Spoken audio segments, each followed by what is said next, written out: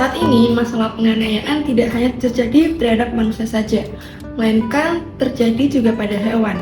Hewan merupakan makhluk ciptaan Tuhan selain manusia dan tumbuhan. Kasus penganiayaan pada binatang marak terjadi akhir-akhir ini, seperti kucing yang dicekoki miras oleh para remaja, dan juga ada aksi terhadap kucing di Padang yang aksinya diposting oleh tersangka itu sendiri. Mirisnya, penyiksaan terhadap hewan juga dialami oleh spesies yang terancam punah seperti orangutan dan harimau Sumatera.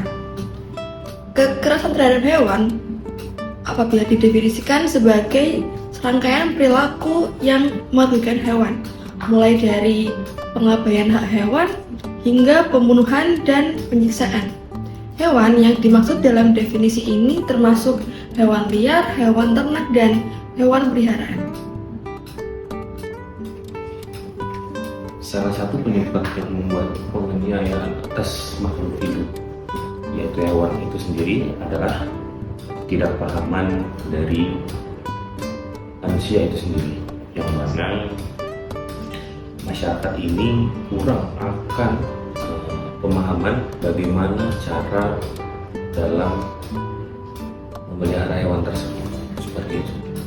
Nah, dalam Undang-Undang Nomor 18 Tahun 2019 pada pasal 1 ayat 4 itu dijelaskan bahwasanya pengertian dari hewan peliharaan itu sendiri. Hewan peliharaan adalah hewan yang berkehidupannya, makannya, kehidupannya, segala kecukupan dari hewan tersebut itu bergantung kepada manusia.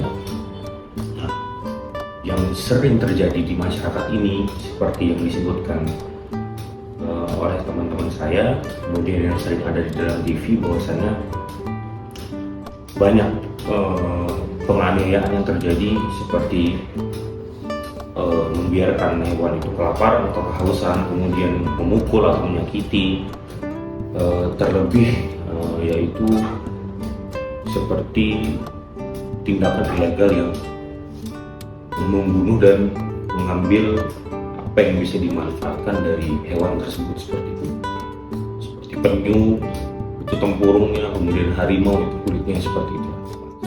Menurut pasal 540 yang mengatur bahwa seseorang dapat dipidana paling lama 14 hari dengan denda maksimal sebanyak Rp200.000 jika menggunakan hewan untuk bekerja di luar kemampuannya. Menggunakan hewan untuk pekerjaan dengan cara yang menyakitkan hewan tersebut. Contohnya, menggunakan hewan yang cacat, hamil maupun menyusui, luka untuk pekerjaan tersebut. Menyangkut atau menyuruh hewan tanpa diberi haknya, seperti makan dan minum untuk kebutuhan hewan tersebut. Menurut ayat 2, jika perbuatan itu mengakibatkan sakit lebih dari 1 minggu, atau cacat, atau menderita luka-luka berat lainnya, ataupun mati, maka yang bersalah diancam pidana paling lama 9 bulan atau pidana denda paling banyak Rp300.000 karena penganiayaan pada hewan. Menurut ayat ketiga, jika hewan itu milik yang bersalah, maka hewan tersebut akan dirampas. Menurut ayat 4, percobaan melakukan kejahatan tersebut tidak dipidana.